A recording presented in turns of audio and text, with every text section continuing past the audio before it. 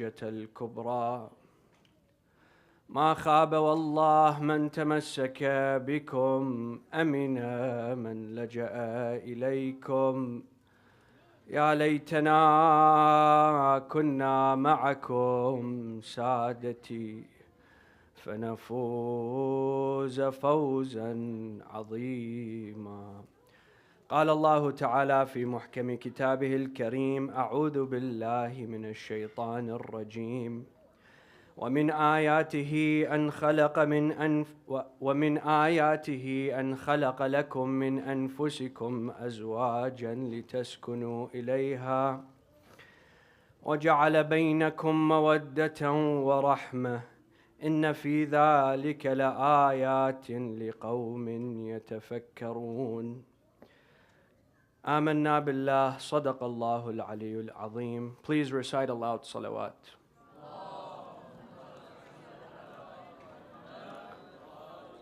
My dear loved ones, assalamu alaikum wa rahmatullahi wa barakatuh. In a night that we commemorate the death of Sayyida Tahira Khadija al-Kubra, the mother of Fatima al-Zahra alayhi salam, the beloved wife of the Prophet, his most beloved wife, his wife that he spent 25 years of his life with. And in that time period, he did not marry any other woman. He spent his entire life with Sayyida al-Tahira Khadija al-Kubra. It's very appropriate that in a night like this, we discuss the topic of marriage. Pew Research indicates that 47% of American adults, Muslim American adults, are unmarried. That's about 1.2 million people within the Muslim community that are unmarried. And research indicates within that same study that foreign-born Muslim Americans, meaning Muslim Americans that were born outside the United States, are 71% more likely to be married than their American-born counterparts. Meaning that the youth, this generation of young adults that has been born in the United States, raised in the United States, is finding a challenge in getting married. And there are many factors for this, my dear loved ones.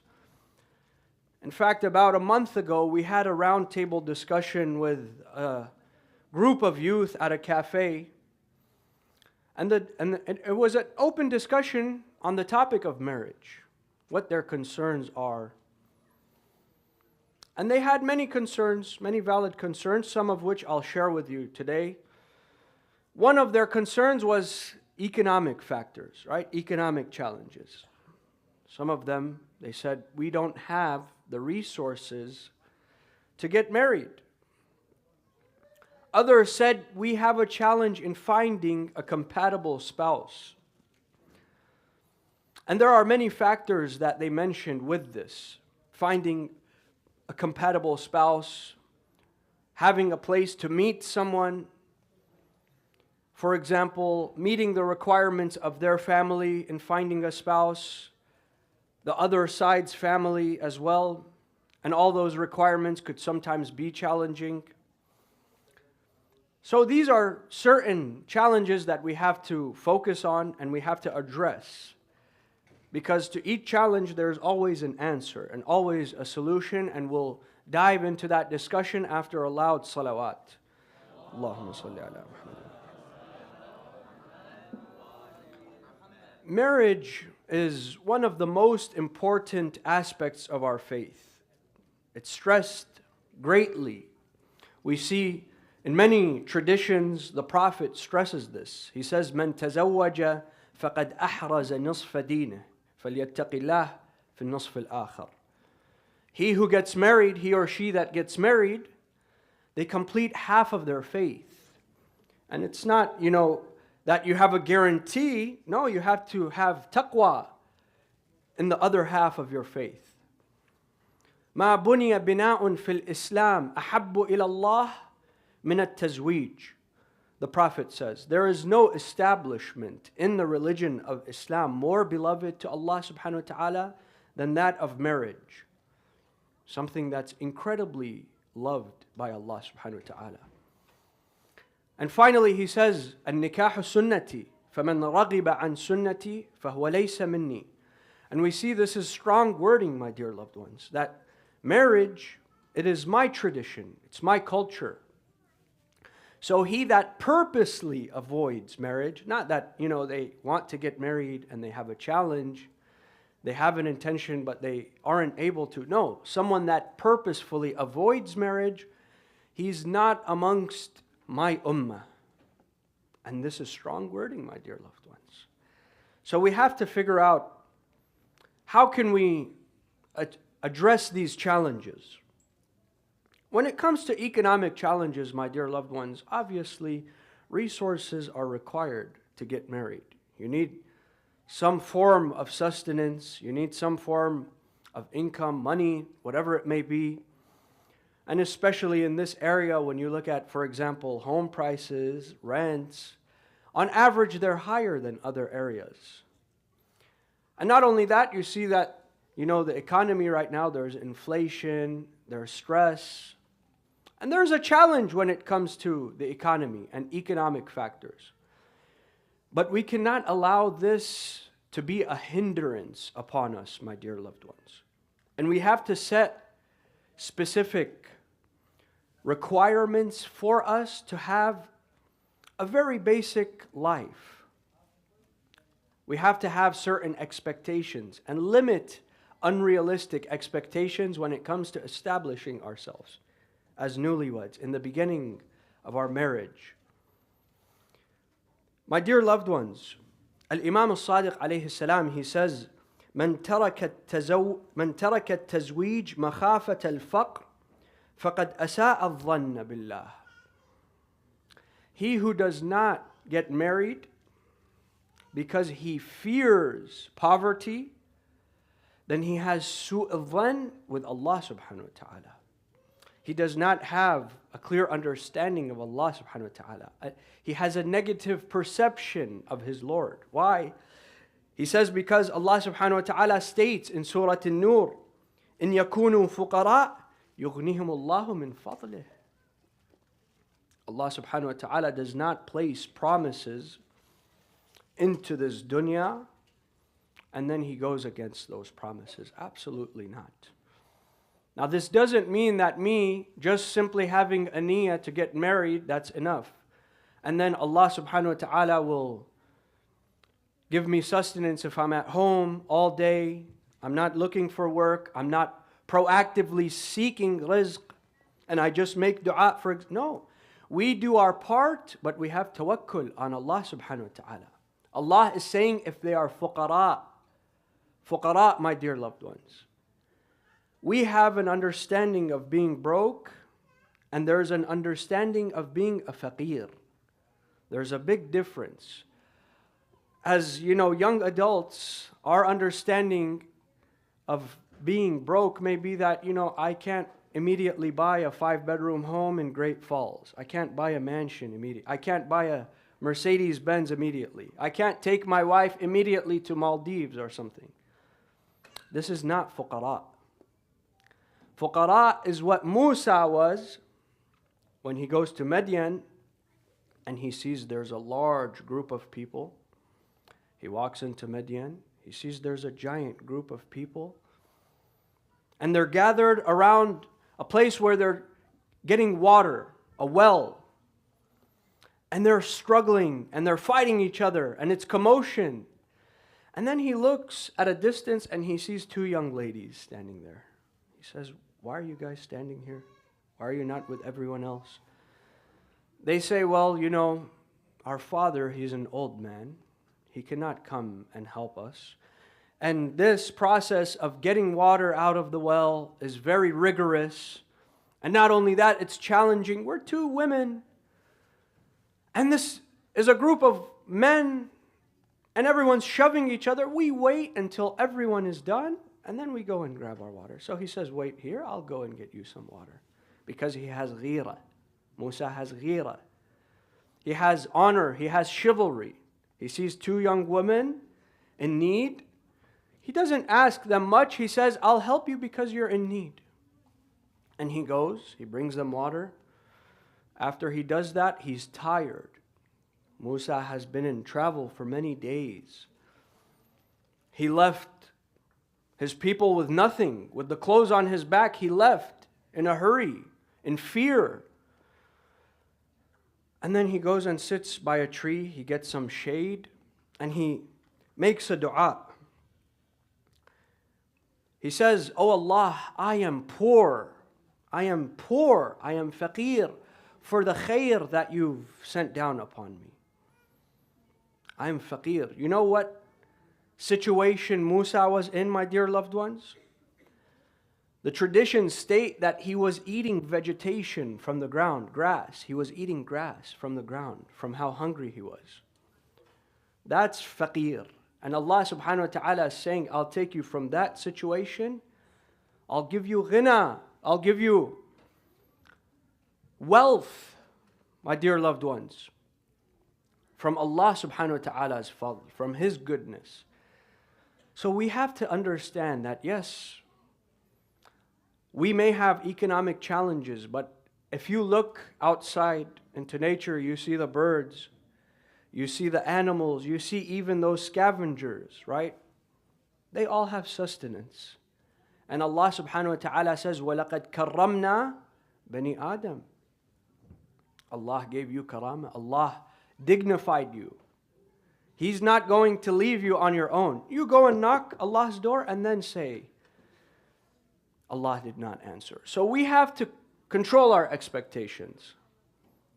We have to understand what it is that we need immediately as we get married. We don't need so much. A studio, a humble abode, a place that we can live with our spouse. This is all that we need, my dear loved ones. When we look to the life of Sayyida Khadija alayhi salam and the Prophet, we see that she met him through trade. She had learned of his honest reputation in trade, in leading caravans, of his skill in business. And she was the richest woman up until that time in all of Arab history, my dear loved ones. This is not an exaggeration. From the time of the beginning of the Arabs until her time, there was not a woman with that wealth. In many traditions, historians indicate that she had over 80,000 camels under her disposal. 80,000 camels that would act as her caravans. Right now, if you see someone with shipping lines, that was the same essence. She had shipping lines. In the summer, they would go to Sham. In the winter, they would go to Yemen. And she was a very wealthy businesswoman. And she had come to know the Prophet for his demeanor, for his akhlaq. So she hires him. They make a contract. Sayyida Khadija, she says, the capital is from me, and you do the work. The work is from you. And we split the profits 50-50. And when they come back from their journey, the Prophet returns. She asks her employees, and she begins to learn from the miraculous nature of the Prophet, his akhlaq, his demeanor. And she's gravitated towards him. And one of her uncles or her cousins, he tells her, this is someone that you should marry. This is a good man. This is an honest man. We see a comparison, my dear loved ones, with this and the story of Musa. After he gets water for the daughter of Shu'aib, she tells him, please come back to our home. My father would like to invite you. And it's something important to notice how she comes to Musa alayhi salam. Ala istihya. She comes with shyness. She comes with modesty towards Musa. And she tells him, please come and join us in our home. My father would like to thank you for what you've done. She begins walking in front of him. Musa tells her, please, walk behind me. I don't want to see your figure. You're a young woman. I'm single. Walk behind me. She tells him, how am I supposed to tell you where to go? He tells her, take some stones. If I need to turn right, throw a stone and indicate I need to turn right, I need to turn left. So you see that Musa alayhi salam, he has honor with someone's daughter. He treats her with purity. And this is a great lesson, my dear loved ones, for us to learn from. Sayyidah Khadija alayhi salam, she sees the Prophet as someone who is kafu for her, someone who's enough for her. Not based on his income, not based on what he owned. In fact, she was the one who said, she indicated to the Prophet that he should marry her. She showed interest in marrying the Prophet proactively. And this is not something that's aib, something that's forbidden. For example, if a woman sees a young man or a man in general with good qualities, honesty, iman, there's no problem to go and indicate to her family, I would like to get to know this person for marriage. I would like to marry this person. The actual proposal was from the Prophet and his family and his aunt Safiya and Abu Talib alayhi salam. And the family of Sayyidah Khadija, they had a requirement of a very large dowry. Historians indicate it was almost 4,000 golden dinars. This is a lot of money. This is about almost 16 kg of gold. And the Prophet did not have that. So as Sayyidah Khadija, she tells the aunt of the Prophet, she tells her, I'll give that. I'll give you that gold. You and take it to Abu Talib. Abu Talib will give it to the Prophet and he will provide it to me as my mahar. Because she saw the Prophet's essence. She saw his iman and akhlaq. So we see that money, my dear loved ones, is not one of the core requirements of choosing a spouse, of having a good spouse, my dear loved ones. Belief, iman, honesty, responsibility, these are more important. My dear loved ones, after Musa's daughter, after Shu'aib's daughter tells Musa to come to their home, she tells her father, you should hire him.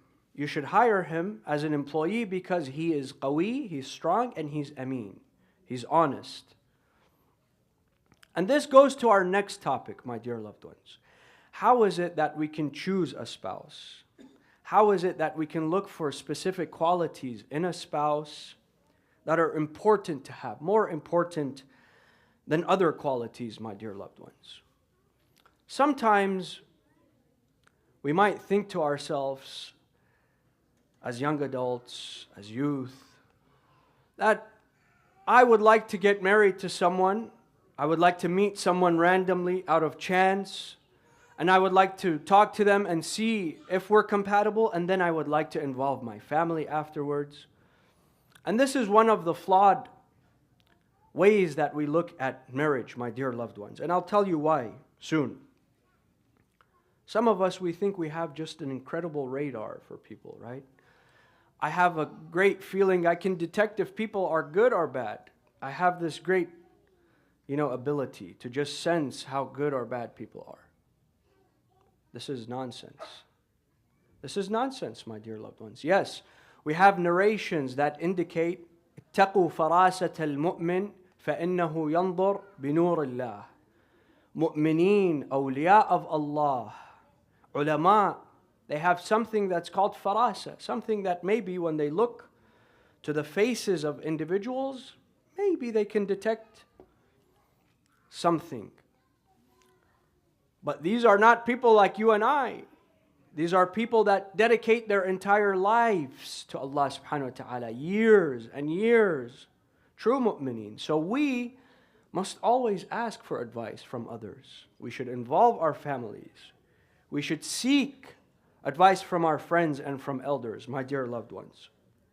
When Shu'aib's daughter, she brings Musa home, Shu'aib talks to Musa we see there's a long conversation. Musa tells him about his entire life journey, why he's escaped from Egypt, why he's in Midian, which means that Shu'aib, he got to know this young man before saying that you should marry one of my daughters. And in the same essence, we need to involve our families, my dear loved ones. We have to understand that, sure, as youth, we feel, I don't want my family's involvement in my life because it's uncool. What are my friends going to say? Oh, your family's... No. We have to respect our family. We have to respect our elders, our parents, because they're wise. They have knowledge far beyond our years, my dear loved ones. When it comes to finding a spouse, Allah subhanahu wa ta'ala, He says that He created from your own anfus, from your own souls, a pair. لِتَسْكُنُوا إِلَيْهَا.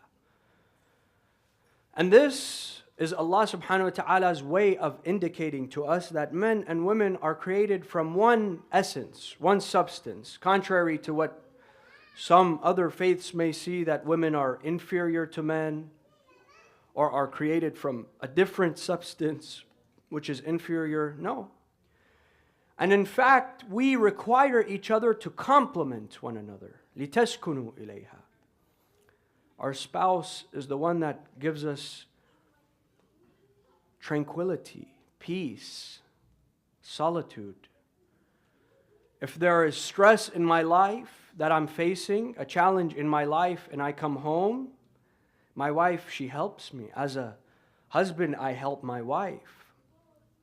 One of the greatest ways to pursue this is through ithar, my dear loved ones, altruism. When we want to choose a spouse, we have to look for certain qualities in them. See how they treat others. Don't look at how much money they have or how beautiful she is. Look towards how they treat their family, how they treat strangers, if they have ithar, if they put others before themselves. Because in a marriage, ithar is important. You can't split things 50-50 every day. I do the dishes on Monday, you do them on Tuesday, and so on. No, we have ithar. When you're tired, I help. When I'm tired, you help. This is ithar, my dear loved ones. We need someone who complements us, meaning me, if my character is someone who has, for example, maybe a temper, and I'm trying to work on that, I find someone, a spouse, who can help me, who's more patient, who can tell me, relax, calm down, it's okay. لِتَسْكُنُوا إِلَيْهَا. And this is something that Sayyida Khadija, she provided the Prophet. When he would go to Ghar Hira and the revelation, the wahy would descend on him, he would come back in fright sometimes. He would be anxious. He would have so many emotions, so much stress. And she would calm him down. She would help him. She would relax him. She would put him at ease. Even physically, she would safeguard him. When he would walk and they were together and people would throw rocks at him, assault him, she would shield him with her own body. She had ithar, my dear loved ones. This was her personality. When we look towards choosing a spouse, we have to understand that it's valuable to look to those with iman, my dear loved ones. Iman, when we have belief, that means that if I get into a disagreement with my spouse, which happens, I'm not going to be excessive. I'm not going to cross certain boundaries with my spouse because I'm a mu'min. We'll have a disagreement, but I'll keep the boundaries of iman, my dear loved ones. When we look to the life of Sayyida Khadija, she gave everything, truly. Every single part of her life, her soul, her funds. So many traditions indicate if it was not for the sword of Amir al-Mu'mineen alayhi salam and the funds of Sayyida Khadija, salamullahi alayha, Islam would not reach its fruition. We have to look at that in our own selves. A wife should be someone who is willing to assist her husband in a time of need. We're not saying that a wife is supposed to spend on her husband. No, absolutely not. In fact, it's the husband who it is wajib upon him to spend. It is wajib upon him to provide for the family, and he cannot take any of his wife's income against her will. But if there's a struggle in the family, if there's a challenge, the wife can step up and have ithar and say, I don't mind helping you in this time of need, which is exactly what As-Sayyidah Khadija did. Her entire life she gave to the Prophet, my dear loved ones. We have to understand that as youth, when we juggle between American culture and our Islamic values, we cannot be lost in the mix, right? When we say, oh, all of our friends are getting to know other people and they're not involving their families, and this is an un-Islamic value, my dear loved ones. Because when we want to get to know someone for marriage, there should be certain rules, requirements, limits. You have to set boundaries for yourself, because this has to do with your self-respect, with your dignity, with your self-worth. As a young woman, if a young man comes to you and tells you, I'd like to get to know you for marriage, and you say, well, how long do you think that might take? Oh, I don't know. Well, you don't know. If you haven't figured that out, maybe you're not serious about marriage. Maybe your niyyah is not proper. In Islam, we have marriage, and that's it. There's no dating in Islam. There's marriage, there's getting to know someone for marriage, and even getting to know someone for marriage has its requirements. I involve my parents. I ask them advice. But at the same time, as parents, we also should not impose illogically upon our children. One of the youth that was sitting in that discussion asked me, well, what if there are certain aspects that my family holds on to that may be cultural but not Islamic? And I said, what do you mean? And this young man said, well, what if my parents say that I have to marry someone from a specific country and a specific village in that country, and even in that village, a specific neighborhood?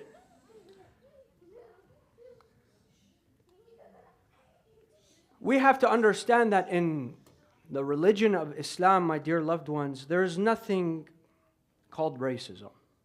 We cannot see races that are superior and other races that are inferior. If there is a mu'min or a mu'minah, this is all that we need. It doesn't matter what walk of life they come from. Yes, you should also look to their family values. We have traditions that indicate look into their family lineage, look into their nasab, al-irq dassas. We have some of these traditions, but we have to also understand that racism has no place in our religion. If my daughter or my son have indicated that they have interest in someone and they're of a different race, and I immediately say no, and only because they're of a different race, this is un-Islamic. Meet them first, see who they are, see if they're mu'mineen or mu'minat, and then make your decision. Don't base it simply on race or culture. And in the same way, as youth, we should not be rebellious towards our family to only do something because they said no, right? Sure, it is an un-Islamic value to be racist. Absolutely. But we should not say, because my parents told me I shouldn't marry this person, now I'm going to marry them. You have to make a decision that you'll marry someone based on it being what is best for you in your faith, in your religion, to complete your Islam. That is why you have to make your decision, my dear loved ones, not based on personal matters. We have to separate sometimes emotion from logic when it comes to deciding on a spouse. These are some of the most important requirements. For those who are married, we should also understand that to save our marriage sometimes, to repair our marriage, Allah subhanahu wa ta'ala also has indicated what we can do. He says that I've placed between you mawadda and rahmah. Mawadda and rahmah. Rahmah, mawadda. Mawadda means that we have affection towards each other. We're a team.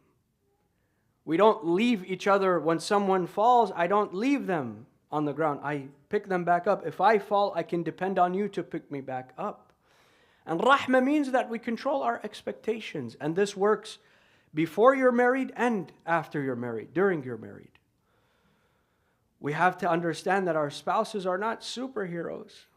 You know, a wife cannot expect, for example, for her husband to work 5, 6 jobs and then come home and also work at home and then also do, and at the same time as a husband, I cannot expect my wife to do absolutely everything in the house and I don't help at all, and that she doesn't have a physical limit. Some of us, we think, mashallah, our spouses are Olympians, power lifters or something.